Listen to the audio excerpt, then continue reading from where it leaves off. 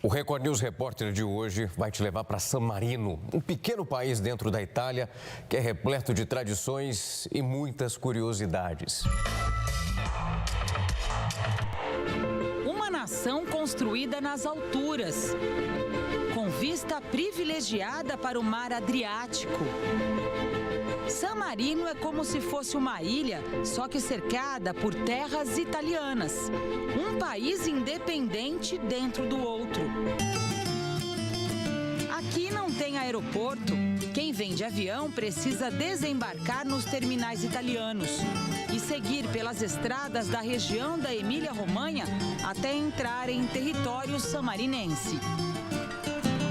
Aqui em San Marino não há controle de fronteiras, imigração e nem é preciso ter o visto para entrar no país. Mas para quem quiser levar aqui no passaporte uma lembrança da visita à república mais antiga do mundo, pelo equivalente a R$ 22, o Ministério do Turismo faz esse carimbo oficial aqui no passaporte. Por favor, primeiro um selo do país e agora sim o carimbo. A origem do país remonta ao fim do Império Romano, com a formação da mais antiga república do mundo, ainda no início do século IV. São apenas 67 quilômetros quadrados, tamanho equivalente ao bairro do Jaçanã, em São Paulo. O microestado tem apenas 9 cidades.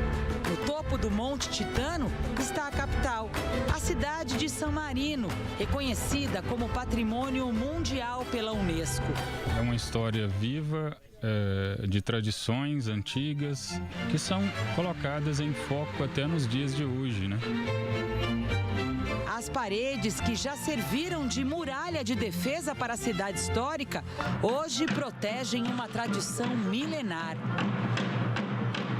A música, o figurino, os instrumentos.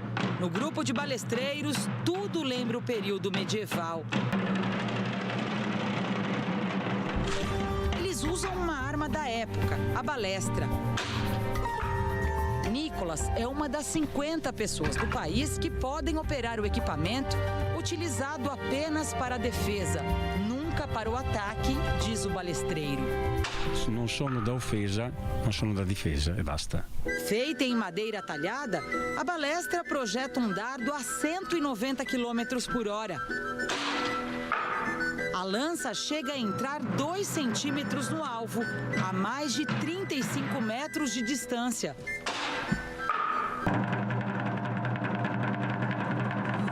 Emanuele tem só 15 anos, mas já é um balestreiro há 9. Apaixonado pela cultura do país, ele conta que sente muito orgulho de ter trazido o avô para o grupo. Me sinto orgulhoso, bastante. Preservar as tradições aproximou ainda mais a família. A principal atração turística de San Marino são as 3 torres, ligadas por uma longa muralha medieval. Elas são o maior símbolo do país e estão até na bandeira nacional.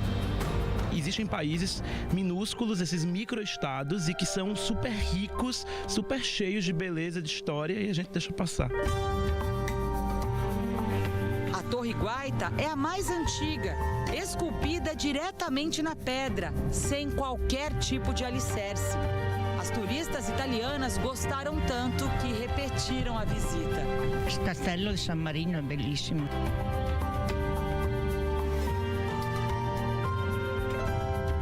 Nesta parte da torre funcionou uma cadeia pública entre 1764 e agora 1975. Esta cela abrigava os presos mais perigosos e tudo aqui está preservado. A cama de madeira em que eles dormiam e nas paredes os desenhos feitos pelos prisioneiros ao longo desses séculos. Foi construído para garantir a defesa do território. Nestes espaços das muralhas ficavam os arqueiros, uma posição privilegiada para atingir os invasores. Este grupo de arqueiros encena a tática usada nos combates. Os tambores avisavam a hora da batalha. Luciano conta que os primeiros registros dessas lutas são do ano 1100. Nasce dal 1100, quando ci sono dei registri. A estratégia de defesa garantiu a independência do país. San Marino nunca foi invadido por nenhuma outra nação. Nem Napoleone che conseguiu invadir, perché disse eu não posso invadir uma república mais antiga do mundo, eu que sou republicano. Esse pequeno país também guarda um pedaço da história brasileira. Depois de proclamar a independência, Dom Pedro I buscou apoio para o Brasil na Europa. Neste livro está o registro da viagem do imperador e o reconhecimento da nossa independência por San Marino. E essa é só uma pequena amostra da importância que o país dá para a preservação do patrimônio histórico. Relíquias que, século após século, permanecem intocadas.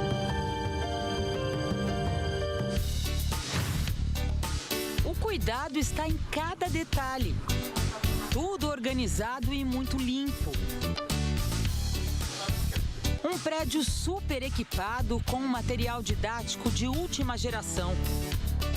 Quanto se paga por todo esse serviço? Nada. Pode acreditar, nós estamos numa escola pública. Em San Marino, os pais são obrigados a mandar os filhos para a escola sob pena de perderem a guarda definitiva das crianças. Aqui no país, só há escolas públicas. A qualidade da educação é tão grande que não há mercado para o ensino privado. As crianças passam o dia inteiro na escola, cumprem uma carga horária de 37 horas semanais.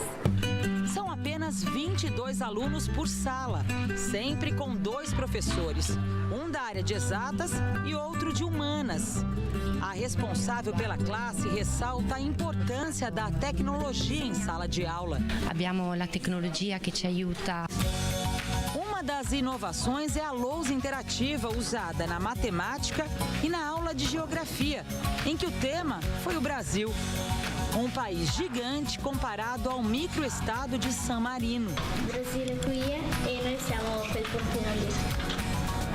O investimento do país em educação e na formação dos professores é uma prioridade há muitas décadas, conta o diretor da escola. O resultado, San Marino não tem analfabetos. Non c'è più analfabetismo. Aqui todos têm o mesmo direito.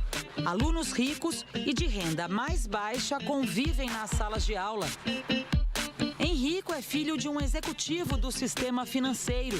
Filho de uma brasileira, ele adora a escola. É boa, eu gosto. Almoçamos aqui, trabalhamos até tarde. Vocês estudam até tarde? Sim.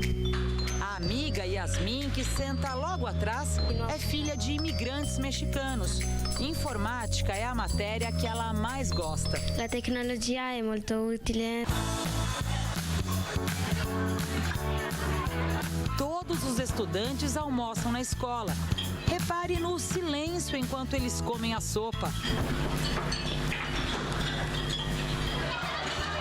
Agora, quando o segundo prato é servido, tudo muda.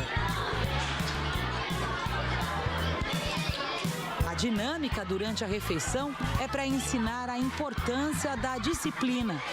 O cardápio variado faz sucesso entre os alunos. Mi piace molto. Mas a Gaia prefere frango com batata frita. Le patatine e il pollo. A educação de qualidade se reflete na vida adulta. O índice de criminalidade é baixíssimo. Desde o começo do ano passado, o país registrou apenas um assalto. Há mais de uma década não ocorre nenhum assassinato. Para se ter uma ideia, o bairro do Bom Retiro, em São Paulo, que tem o mesmo número de habitantes, registrou mais de 1.000 assaltos e 46 homicídios no mesmo período. As autoridades têm um trabalho de cooperação com a Interpol, o que impediu a chegada do crime organizado. Não existe San Marino tráfico. San Marino também não tem tráfico de drogas, diz o chefe da polícia. O trabalho deu resultado. o país tem a menor população carcerária do mundo. Este é o único presídio de San Marino. Ele tem capacidade máxima para apenas 8 pessoas. E mesmo assim, nunca fica lotado. Agora, por exemplo, está com apenas um detento lá dentro. E essa é uma situação muito recorrente por aqui. Em 2011, um preso precisou de atendimento psicológico porque sofria de solidão. Para conseguir um país sem crimes, com educação de ponta e saúde gratuita, o governo prioriza o investimento na área social. Com tantos serviços de graça, a população tem um elevado padrão de vida. A renda per capita equivale a R$200 mil. O turismo é a principal fonte de renda do país. O Brasil tem 5 milhões de turistas por ano, San Marino tem 2. É uma coisa impressionante. O número de visitantes ao ano é 65 vezes maior que a população local. Gente que procura não só história, mas conforto, hospitalidade e boa gastronomia. Sem contar as belezas naturais. O pôr do sol de San Marino é famoso em toda a Europa. A pé, sem qualquer esquema de segurança nem assessores políticos. É assim que Michele Moratori segue para o trabalho. Ele é o chefe de Estado de San Marino, mas como qualquer cidadão, trabalha o dia inteiro. Política no país não é profissão. O sustento vem do emprego. Assistente social, Michele dá expediente nessa clínica psiquiátrica todos os dias. Desenvolve terapias para incluir os pacientes no mercado de trabalho. Ele diz que a grande vantagem desse sistema é o contato dos políticos com os moradores, sempre direto. Del politico com a cittadinanza é um rapporto direto.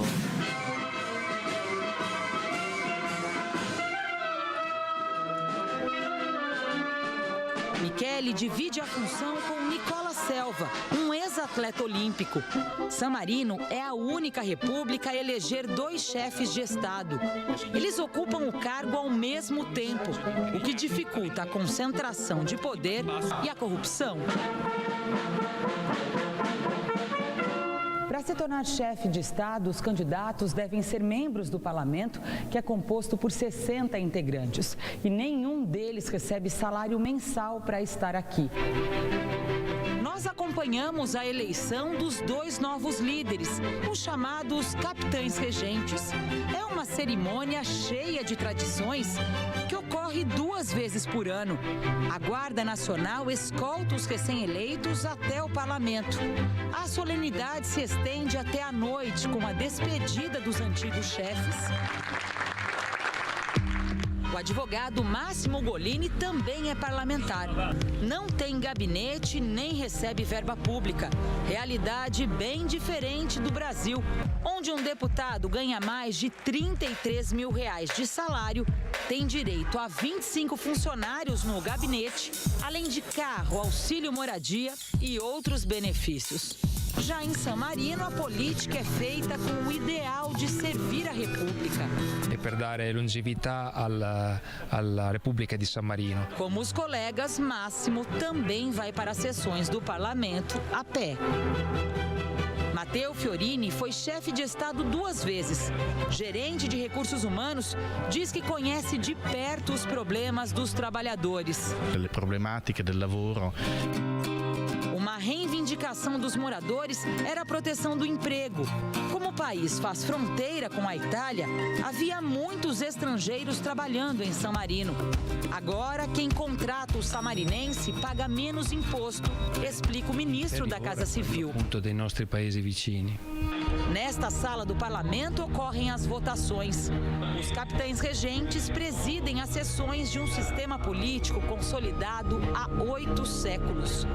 Aqui na Biblioteca Nacional há o registro de todas as autoridades que já ocuparam o cargo de chefe de Estado aqui no país. Por exemplo, em 1276 foram chefes de Estado Giuseppe Giannini, Antimo Melori, Francesco Onofre, Francesco Lívio de Casale. São mais de 3.000 nomes espalhados por vários cômodos aqui do prédio e essa é uma tradição que já vem desde 1243. O pai do embaixador de San Marino no Brasil já foi capitão regente 2 vezes. Francesco Maria Francini, que era meu padre.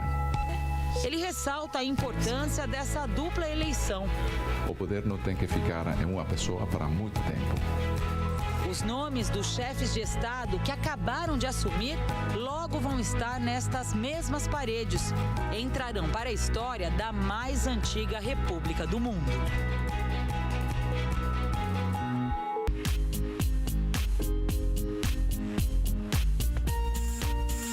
Seja nos grandes restaurantes ou nas pequenas cantinas do centro histórico, a gastronomia em San Marino também é tradição. Uma refeição típica no país tem 4 pratos. O primeiro, servido como entrada, é o antepasto. Em seguida, vem o chamado primeiro prato, uma massa. Depois, quase sempre, uma carne e, por fim, a sobremesa. Stare bene e non ingrassare. O chefe Graziano explica que ninguém engorda porque as porções são reduzidas e os ingredientes leves, com pouca gordura da dieta mediterrânea. Os melhores restaurantes usam apenas farinhas feitas com trigo de sementes da época medieval. A massa fica mais leve e saborosa. Nesta, o toque especial está no recheio, uma mistura de creme de queijo e presunto. O presunto cozido de San Marino é um dos pratos mais típicos do país. Ele ficou conhecido no mundo inteiro pelo sabor e pela suculência. O segredo está na maturação. Ao contrário do produto tradicional, que é produzido em uma semana, esse aqui é feito em um mês. Durante todo esse tempo, a carne descansa e ganha sabor com uma mistura de ervas finas. O toque final são as trufas brancas que recheiam a peça. Tudo feito num processo artesanal. Usiamo ancora delle tecniche antiche. A sobremesa mais famosa de San Marino também é feita à moda antiga. O maquinário tem mais de 70 anos, comprado quando a empresa foi fundada pelo avô da Marta. La torta viene comunque fatta sempre a mano. Tudo é feito à mão para garantia do sabor, diz a confeiteira. Ingredientes simples que lembram a massa do waffle. A mistura é levada para a forma de ferro fundido. Em segundos, sai a massa fininha e crocante. As camadas intercaladas com chocolate puro derretido dão forma à torta Tremonti. Como não leva conservante depois de cortada, a torta deve ser consumida em até 3 dias. Parece bastante crocante.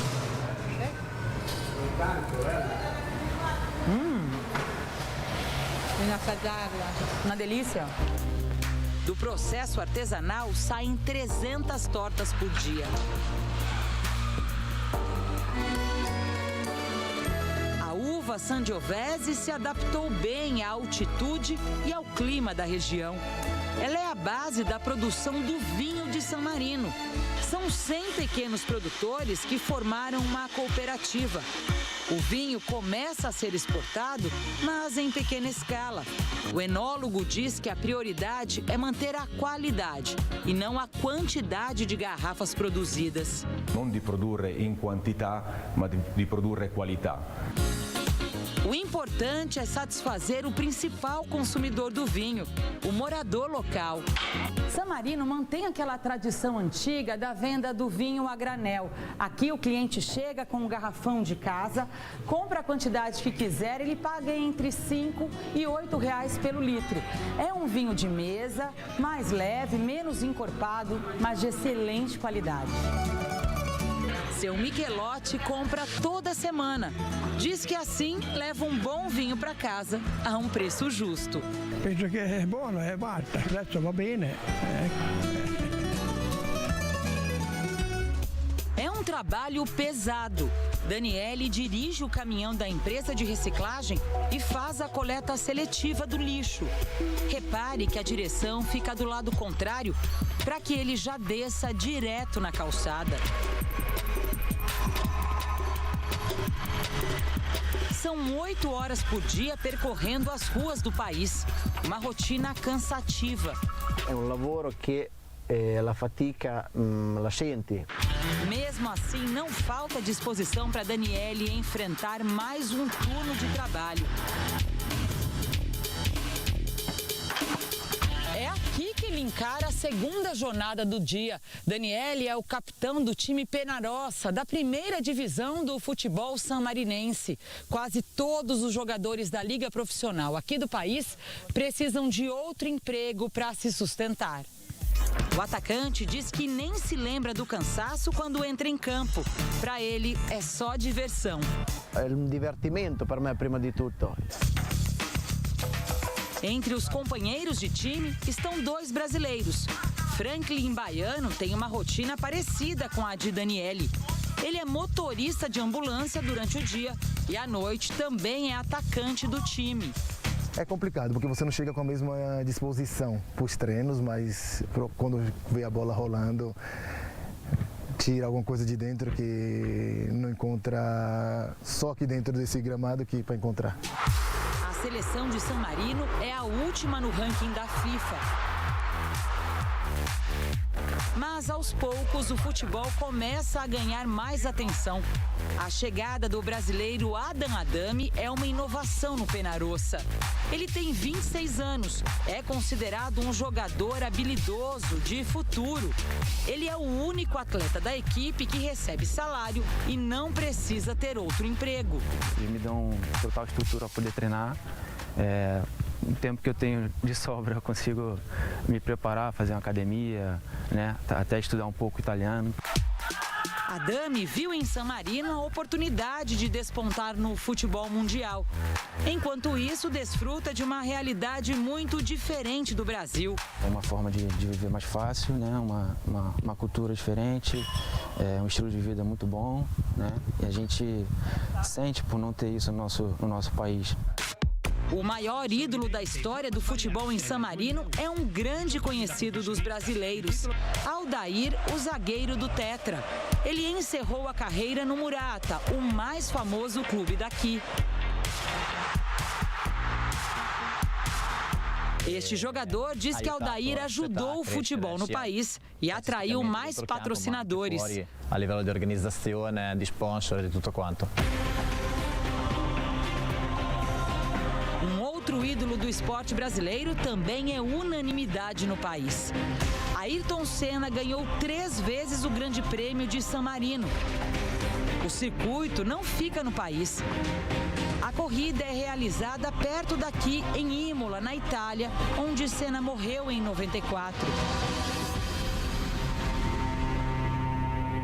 Ayrton Senna é homenageado na entrada do Estádio Olímpico de San Marino. O país fez um selo em respeito ao piloto e também mandou cunhar uma moeda comemorativa. A procura foi tanta pelas lembranças que o estoque acabou rapidamente. A venda do selo e da moeda de Senna foi muito grande, esgotou na hora e foi muito procurada tanto pelo apaixonado do selo e da moeda, quanto pelo esportivo e pelo turista. Por isso, o país já estuda fazer uma nova edição do selo e das moedas em homenagem ao piloto brasileiro.